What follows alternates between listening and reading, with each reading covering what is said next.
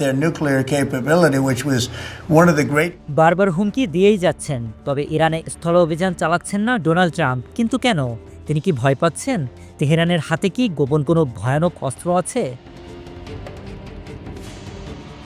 ভারতীয় অবসরপ্রাপ্ত এক সেনা কর্মকর্তা দাবি করেছেন, বিধ্বংসী এক অস্ত্রের ভয়েই ইরানে স্থল অভিযান শুরু করছে না যুক্তরাষ্ট্র।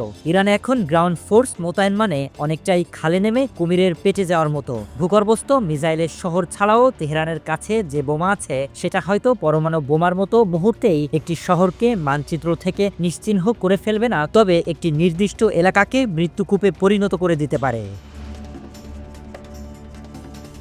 দীর্ঘদিন ইরানের সামরিক ও কৌশলগত বিভিন্ন বিষয়ে গবেষণা করেছেন ভারতীয় অবসরপ্রাপ্ত সেনা কর্মকর্তা সৌমিত্র রায়। তার দাবি, ইরানের কাছে যে পরিমাণ সমৃদ্ধ ইউরেনিয়াম মজুদ রয়েছে তা দিয়ে তারা প্রয়োজনে একাধিক ডার্টি বোমা তৈরি করতে সক্ষম। এদিকে ইসরায়েলি গোয়েন্দা সংস্থা মোসাদের তথ্যমতে পরমাণু বোমা তৈরির জন্য এই মুহূর্তে তেহরানের কাছে রিয়েক্টর নেই। তবে কর্নেল সৌমিত্রের মতে ভূখণ্ড বাঁচাতে ইরান যে কোনো সময় ডার্টি বোমা তৈরি করতে পারে।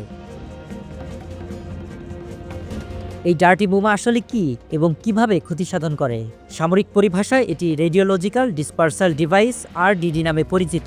এটি কোনো প্রচলিত পারমাণবিক বোমার মতো নিউক্লিয়ার বিস্ফোরণ ঘটায় না, তবে ডার্টি বোমায় ইউরেনিয়াম থাকায় এই বোমা যেখানে প্রয়োগ করা হয় সেখানে রেডিও অ্যাক্টিভ উপাদান ছড়িয়ে দেয়। ফলে বিস্ফোরণ স্থলের আশেপাশে মারাত্মক দূষণ তৈরি হয়, যার পরিণতই মৃত্যু হতে পারে।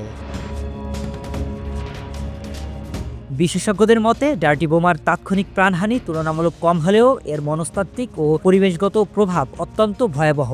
তাই মার্কিন বাহিনীর অবস্থান লক্ষ্য করে এই অস্ত্র প্রয়োগ হলে তাদের বেঁচে ফেরা প্রায় অসম্ভব হয়ে পড়বে। তাই এ ধরনের অস্ত্র ব্যবহারের আশঙ্কাই হয়তো ট্রাম্পের জন্য বড় দুশ্চিন্তার কারণ। শরীফ রাহাত, আগামীর সময়।